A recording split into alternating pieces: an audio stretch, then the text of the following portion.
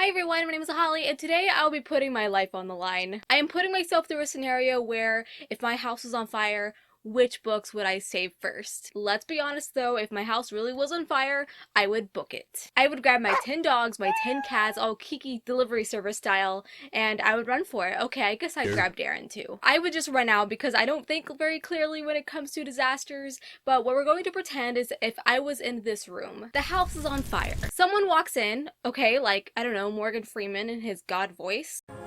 I'm God. He walks in and he says, Holly, before I blow up everything, you have 30 seconds to grab whatever books you want. Don't worry about weight, even though your girl's been lifting some weights. Weight is no problem here. We've all seen my thumbnails. I'm so glad I'm doing this now because, hey, if a fire struck tomorrow, I would be prepared. So first off, if I had things my way, I would just pop out this entire shelf right here, which is the Joe Abercrombie shelf, and I would run out the door and I would be pretty okay. But that's no fun. The first book that I would pile on is Half a King. Yes, the UK edition and the US edition. If you were to take any recommendation from me as a whole, as a person, it would be this book, or author in general. I will always shove Joe Abercrombie books right in your face, and this is definitely the first pair of books that I would pile onto my stack within a heartbeat. And I know that most books you can just repurchase, but for this one in particular, that is not the case. One of my dear friends, Bethany from Beautifully Bookish Bethany, DM'd me on Twitter actually and asked me if I wanted to purchase this copy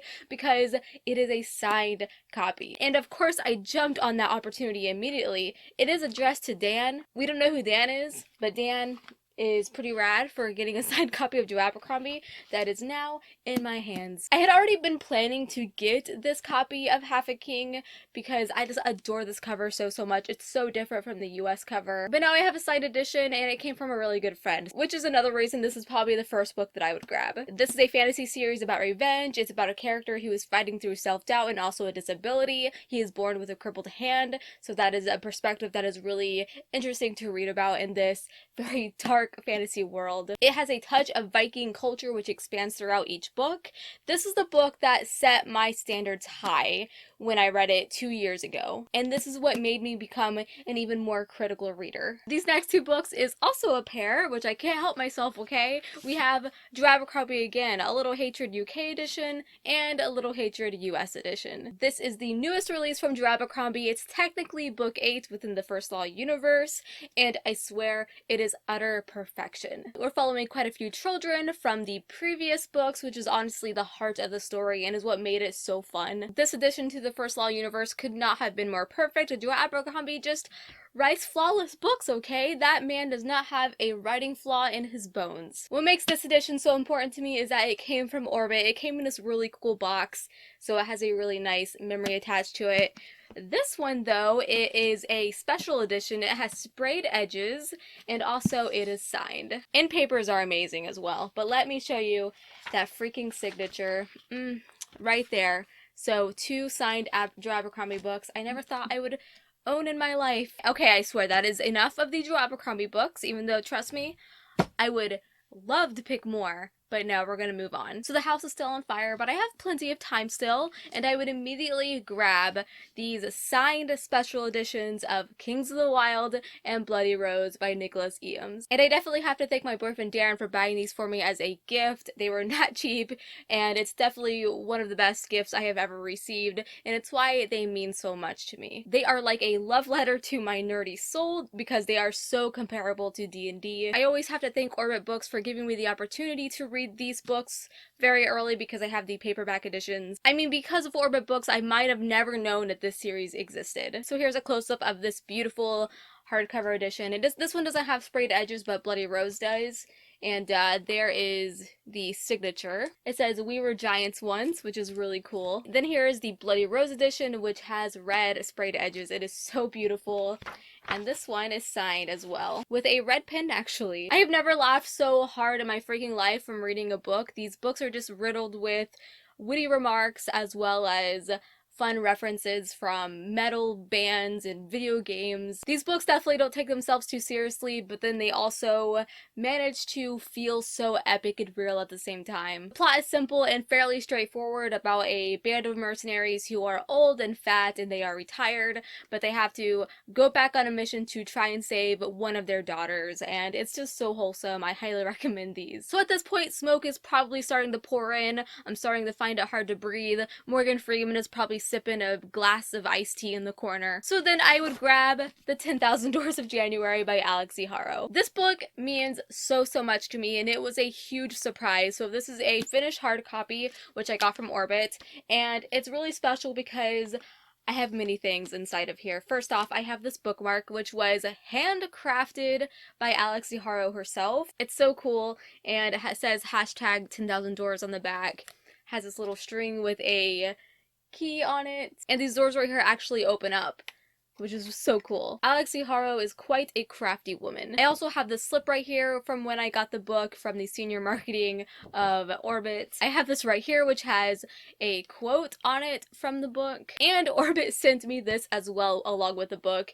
And it's just a medieval door. That's right, medieval door, which is so me. And you open it, and it just has like a little short story that Alex E. Haro wrote herself. So yeah, this book means so much to me. I actually read the arc of it months before it released, which I'm very glad that I did because I was able to gush about it to everybody. It just has such a special place in my heart. Every time I would open it and read it, it just felt like I was being transported into a new world, which is the whole point.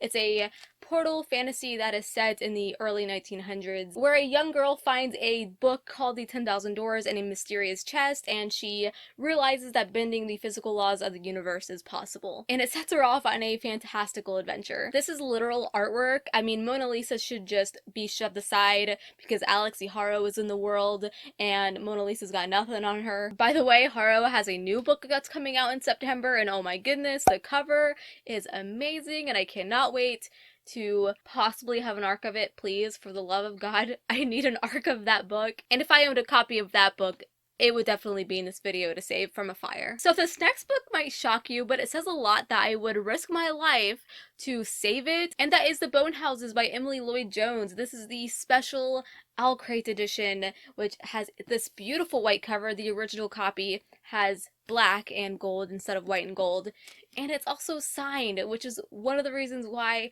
I would definitely save it. I mean, it broke my YA fantasy curse. Like, that is the label that I have for this book. Anytime I explain this book to anybody, I use those exact words because it is a big deal. I haven't read a good YA fantasy in a long time, and then this showed up, and I actually picked it up just on a total whim, not expecting to love it. I just wanted to read something short and quick, and I didn't expect it to blow my mind. It's an amazing, lush, kind of Welsh-inspired fantasy that has zombies in it, and our main character is a gravedigger. You have a character who struggles with chronic pain, you have a friends to lovers romance, which I much prefer. If there is any romance, give me friends to lovers. So like zombies, medieval village, fantasy, it's just perfect. I loved it, and I would save it. This next one, I don't know, my heart just kind of goes out to it for some reason, and that is The Borrow by Mark Smiley. This kind of feels like saving my stack of porn, if I'm being honest. This is an adult fantasy that I actually loved so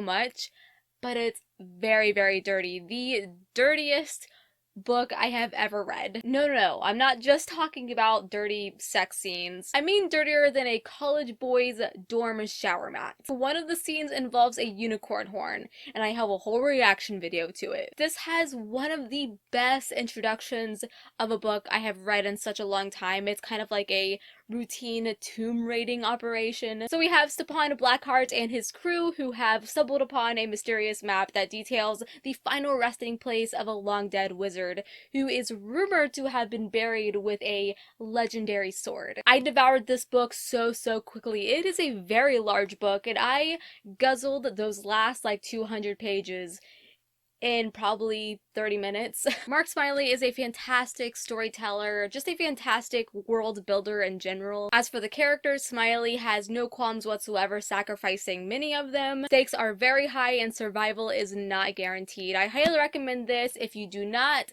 mind some very questionable sex scenes. It gets dark, people. Real dark. And dicks everywhere. Just please, warning. And the final book I'm going to mention really quickly is this special edition of I Hate Fairyland by Scotty Young. This is like a bind up of the first 2 volumes, I believe, and I just love this edition so much. Because I love the story, this is one of my favorite graphic novels. It is completed, so if you haven't read I Hate Fairyland Volume 1, you can read it and just binge read all 4 volumes. This is a very gory and dark graphic novel about a girl who gets sucked down into fairyland and she pretty much kills everything she sees. No matter how cute looking it is, she will murder it. As you can see, these characters are just covered in blood. I definitely think I would save this because I used a special coupon code that Scotty Young threw out on Instagram, and I was like, ooh, I'm gonna use that code and get it. And that's just the memory I have with this, so I would definitely grab it. So by this time, 30 seconds has probably gone by and I'm out the door. Actually, I would probably stop at 25 seconds so that I can run out of the house. But that is it for this video. Tell me down below what books that you own that you would save if your house is on fire. Obviously, we wouldn't save any books. This is just for fun. It's kind of fun to think about, especially when you think that Morgan Freeman is just letting you pick out your books that you want to save. Go ahead and give this video a big thumbs up if you enjoyed because it helps me out so much. Go ahead and subscribe. I upload videos every single week. Follow me on Instagram at Holly Hearts Books and on Twitter at Holly Niece. And until we meet again, happy reading.